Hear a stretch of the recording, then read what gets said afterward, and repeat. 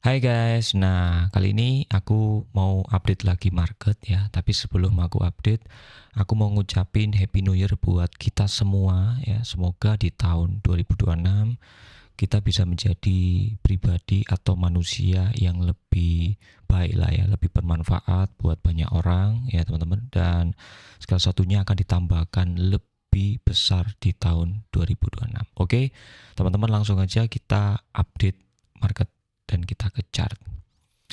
Oke teman-teman, seperti biasa kita langsung menggunakan time frame 4 jam ya, dengan tujuan kita bisa melihat secara detail internalnya, struktur dalamnya itu seperti apa ya. Jadi teman-teman sebenarnya Bitcoin sekarang pun sampai per hari ini pun ya, aku buat video pun itu sebenarnya Bitcoin tuh masih nggak kemana-mana gitu teman-teman ya, masih ranging ya. Kenapa? Karena dia tertahan di area lower high internal itu di sekitar kurang lebih 90.000, dan ada lower low-nya internalnya itu di sekitar kurang lebih 85. Nah, aku juga sebenarnya kemarin tuh 1 minggu lalu ya, dan teman-teman boleh cek di beberapa videoku di YouTube ya teman-teman, itu juga sudah ada update bahwa pertanggal dari 26 ya teman-teman ya, kalau nggak salah tanggal sini aku selalu update di komunitas ya, khususnya di publik teman-teman ya. Coba kita cek dulu ya gitu. Nah ini teman-teman ya, ini salah satu bukti bahwa aku per tanggal dari tanggal 26 ya, aku selalu update gitu ya.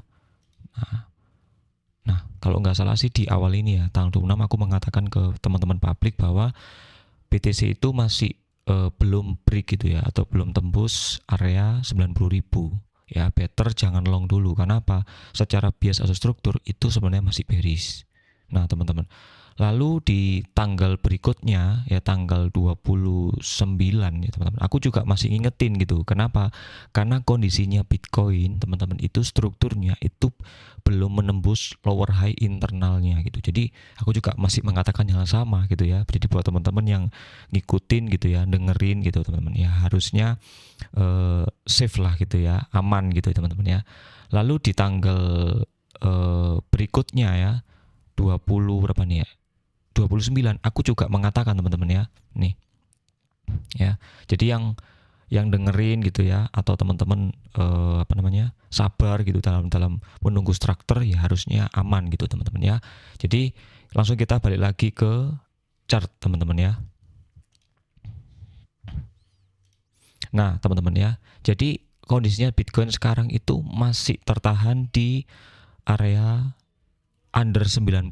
Jadi kita belum ada keputusan atau decision, entah itu long teman-teman, entah itu memang kita mau short gitu ya.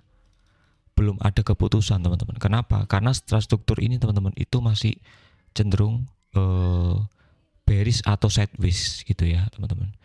Nah lalu ada beberapa teman-teman yang tanya, Minjan kenapa sih harus menembus area ini? Sedangkan di sini kan ada beberapa candle engulfing teman-teman ya. Kalau teman-teman cek di sini kemarin kan market tuh sempat hijau gitu ya, mendadak hijau di candle ini dan di candle ini ya. Nah teman-teman ya, engulfing itu adalah reaksi, bukan struktur ya. Sedangkan market itu dikonfirmasi atau digerakkan itu hanya menggunakan sebuah struktur. Ya ini ngomong teknikal teman-teman ya.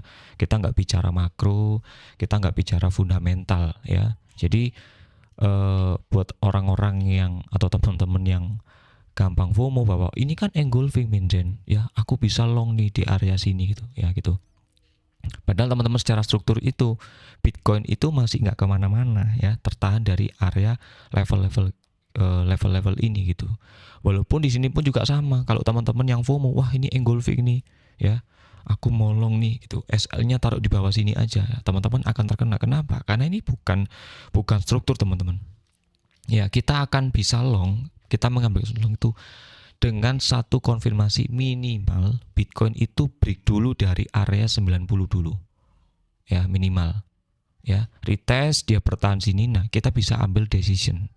Tapi sebelum ini teman-teman kita tidak bisa mengambil keputusan ya. Karena apa? Jatuhnya teman-teman FOMO. Karena apa? Ini nggak ada struktur teman-teman. Ini hanya struktur internalnya dan tidak ada break gitu ya di area sini gitu. Jadi itu untuk apa?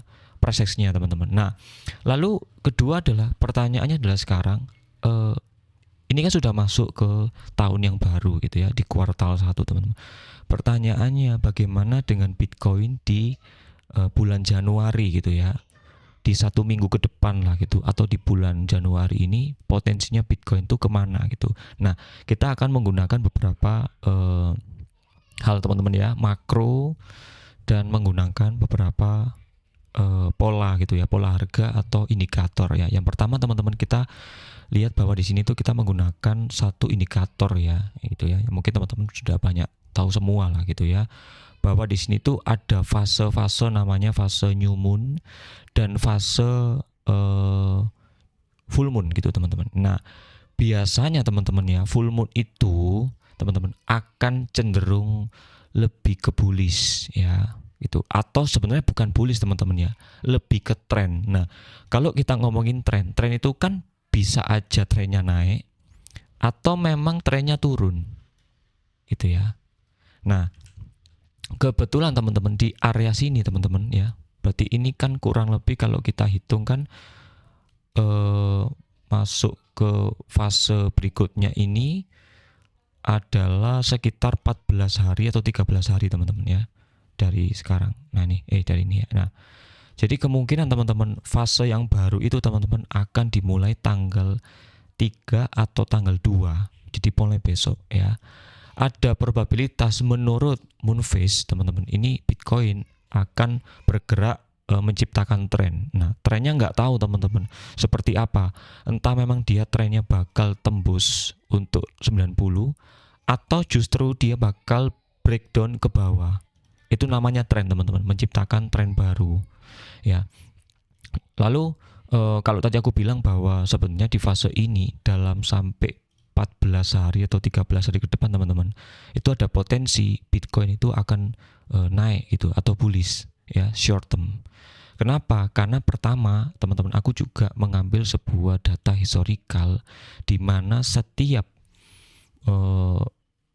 awal Januari ya, Bitcoin itu cenderung bullish ya teman-teman. Dari sini ini aku head dulu ya. Nah ini teman-teman, ini kan bulan awal Januari itu ya, Bitcoin itu akan cenderung bullish. Nah itu di tahun 2025 ya. Di tahun 2024 juga sama teman-teman ya, cenderung dia bullish ya. Di tahun 2003 teman-teman itu juga sama, cenderung bullish. Nah, berarti kita bisa punya plan ya, teman-teman. Kita punya planning bahwa seandainya Bitcoin memang break dari area 90, kita punya apa ya? Punya sebuah gambaran gitu ya, bahwa Bitcoin tuh bisa rally gitu teman-teman ya, atau Bitcoin bisa bullish ke area berikutnya atau level berikutnya ya. Kalau kita ngomong terdekatnya adalah di area sini teman-teman ya, di area sementara di sekitar 95 atau mungkin 94 dulu. Nanti kita akan update lagi bagaimana prosesnya Bitcoin gitu. Dia akan reject atau teman-teman ya, maaf ya, atau justru malah Bitcoin tuh malah rally ya menuju area 100 itu ya. Jadi ini gambaran untuk Bitcoin ya di 1 minggu ke depan. Dan teman-teman tambahan, menurut astrologinya teman-teman, memang di tanggal 5 ya, 5 dan 6 itu ada probabilitas memang Bitcoin juga akan mengalami fase bullish ya. Nanti astrologinya aku akan share di komunitas ya, teman-teman boleh baca di sana ya. Jadi tanggal 5 atau 6 ya teman-teman ada mengalami fase-fase bullish ya. Nanti kita update ya teman-teman. Teman-teman tetap dior gitu ya. Dan yang terakhir teman-teman ya, di tanggal 5 atau 6 itu ada event makro ya. Event makronya itu adalah manufacturing. Iya, ISM ya, manufacturing PMI, itu yang dimana data forecastnya itu cukup apa ya, cukup bagus teman-teman ya. Jadi tapi nanti kita akan lihat aktualnya. Nah, dampaknya itu cukup besar buat SM, dan di tanggal berapa tuh ya, 7 itu juga kalau nggak salah ada NFP teman. Jadi tanggal 7 itu juga akan volatile ya. Jadi nanti untuk lebih update-nya, makronya aku akan tulis dan aku akan post di komunitas. Jadi buat teman-teman yang mungkin pengen dapat infonya secara gratis, teman-teman bisa langsung ke komunitas ya. Jadi buat intinya teman-teman, kesimpulannya buat Bitcoin, bahwa di bulan Januari khususnya di minggu ini atau di minggu depan, seharusnya teman-teman ya, cenderung Bitcoin itu bisa bullish dan bisa break di area 90 teman-teman ya. Tapi teman-teman tetap dior ya, karena aku hanya memberikan sebuah data-data dari yang ada aja gitu ya, dari indikator ya, dari makro teman-teman, dari astrologi ya, teman-teman nanti simpulkan sendiri dan teman-teman analisa kembali gitu ya. Tapi nanti pastinya teman-teman, aku biasanya setiap hari akan update di komunitas ya teman-teman. Oke teman-teman, itu aja update dari aku hari ini. Buat teman-teman, thank you banget yang udah nonton, yang udah like, yang udah follow ya, udah subscribe teman-teman semuanya. Semoga video ini bisa bermanfaat buat teman-teman, dan buat teman-teman yang mau gabung di komunitas, teman-teman silakan cek di deskripsi. Oke teman-teman, thank you. Sampai jumpa di next video. Thanks guys.